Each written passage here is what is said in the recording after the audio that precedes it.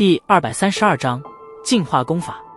山洞之内，瞧得那兴奋有些忘乎所以的萧炎，药老微微笑了笑，并未开口将他阻拦。几年的苦寻，今日终于得偿所愿，让得他发泄一下情绪，倒也挺好。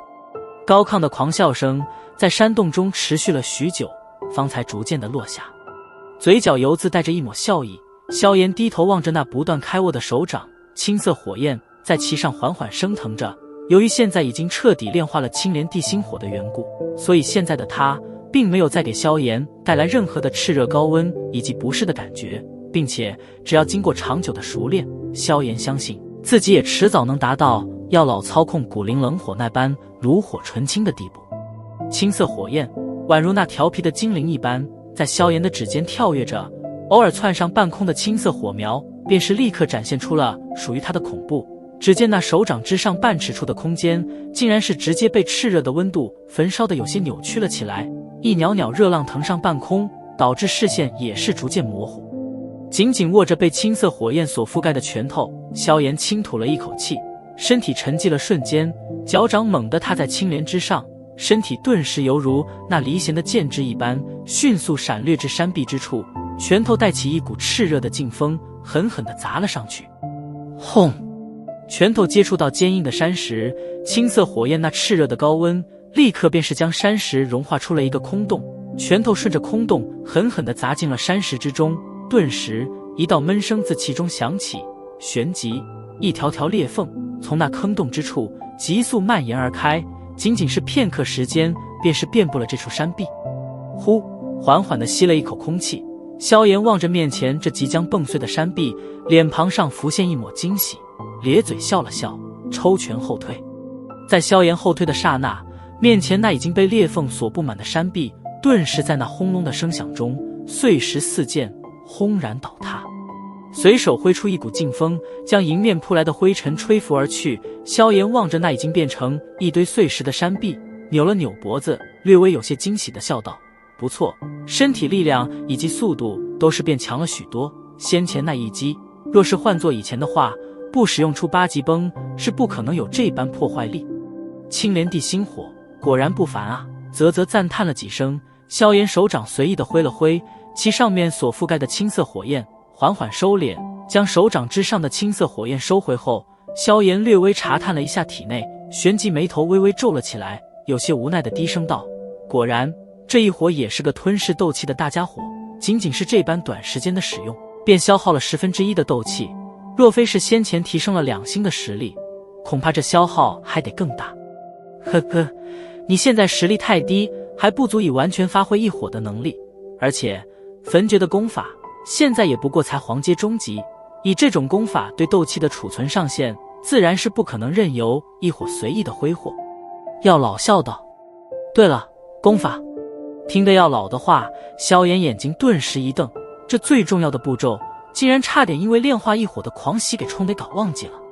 先别急，反正现在已经彻底的炼化了青莲地心火，吞噬它净化功法那只是迟早的事情。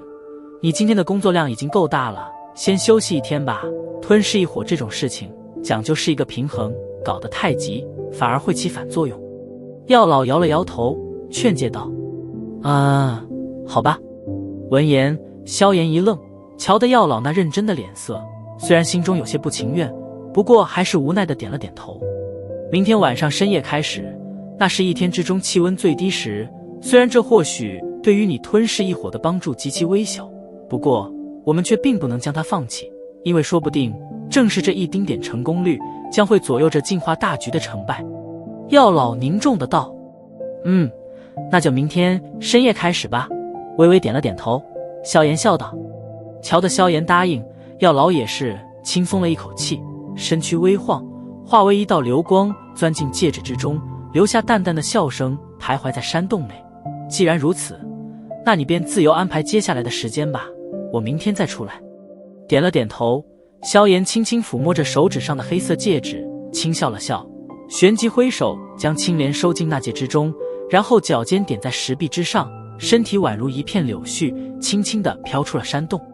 一天的时间在萧炎那迫不及待的心情中缓缓度过，当第二天夜色逐渐笼罩大地之时，那盘坐在山崖的一处突出石岩之上的萧炎缓缓地睁开了双眸，伸出手来，感受到天地间那逐渐变得冰凉的空气，顿时脸庞上流露一抹满意的笑容。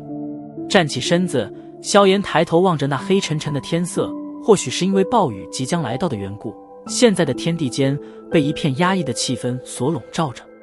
再次观察了一下天色，萧炎脚尖轻点石面，身体矫健地跃进了下方的那处山洞之中，行至洞中央，然后缓缓盘腿而坐。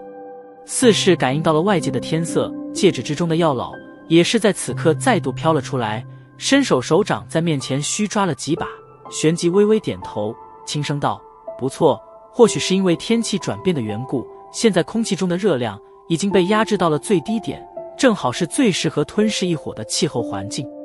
现在开始。萧炎紧张地搓了搓手掌，抬头问道：再等等，午夜时分才是一天之内寒气最重之时，那时候再开动。微微摇了摇头，药老飘至山洞之口，望向那黑沉沉的天空，道：轻点了点头。萧炎没有再开口，盘坐在巨石之上，眼眸逐渐的闭拢，开始将那颗紧张得不断跳动的心安抚而下。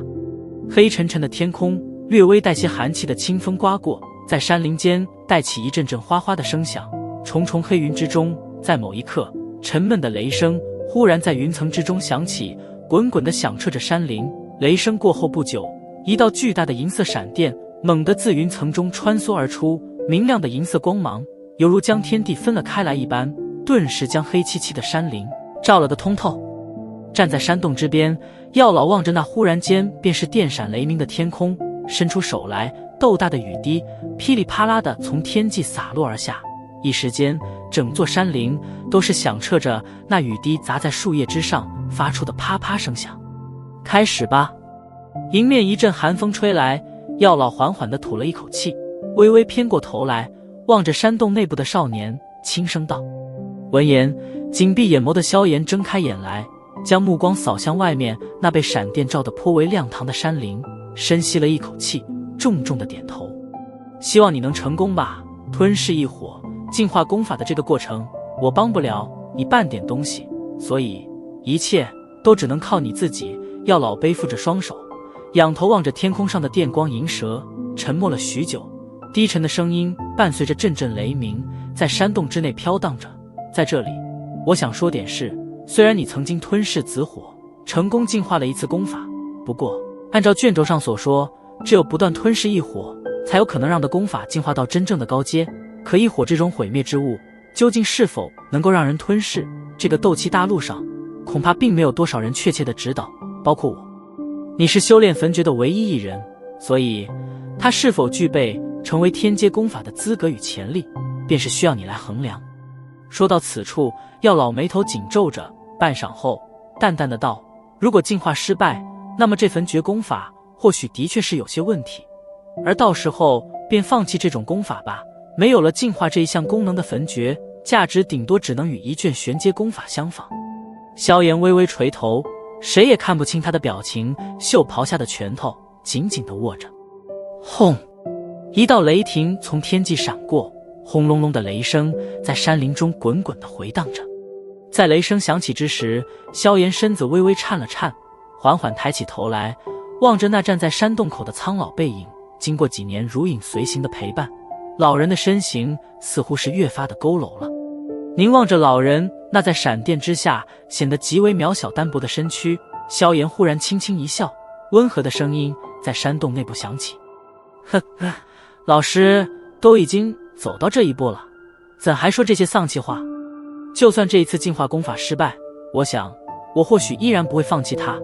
您说过，它是我踏上巅峰强者的必需品。再者，